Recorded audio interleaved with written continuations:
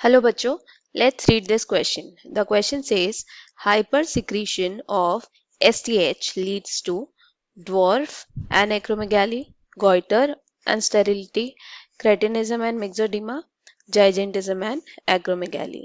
So इस question में हमें पूछा है कि STH हार्मोन के हाइपर सिक्रीशन से कौन सी डिजीज कॉज होती है. So what is our key concept? Our key concept is somatotropic hormone or STH. So, what is somatotropic hormone? Somatotropic hormone is also called as growth hormone और ये release होता है from the anterior pituitary lobe. Now let us see what is the function of somatotropic hormone या growth hormone. So, the function of somatotropic hormone is development and growth of the body. So ये body के growth और development में help करता है और develop करता है मसल्स एंड बोन्स.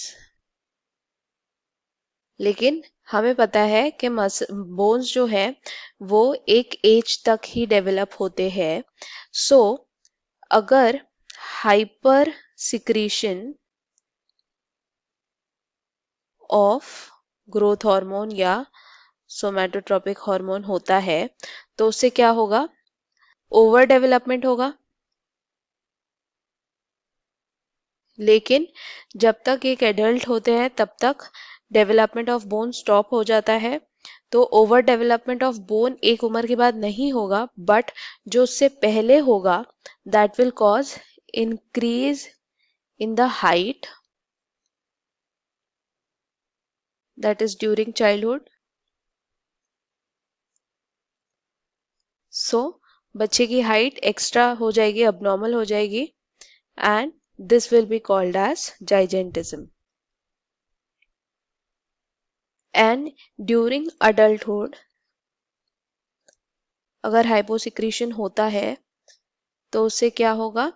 उससे हाइट तो नहीं बढ़ेगी लेकिन कुछ part of the body abnormally grow होगा. For example abnormal growth of hand, feet and facial bones.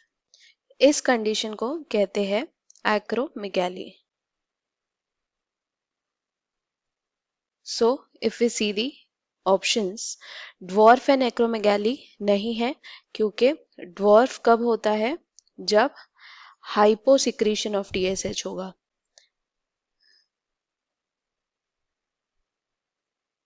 STH not TSH. Then second है goiter and sterility. तो goiter कब होता है?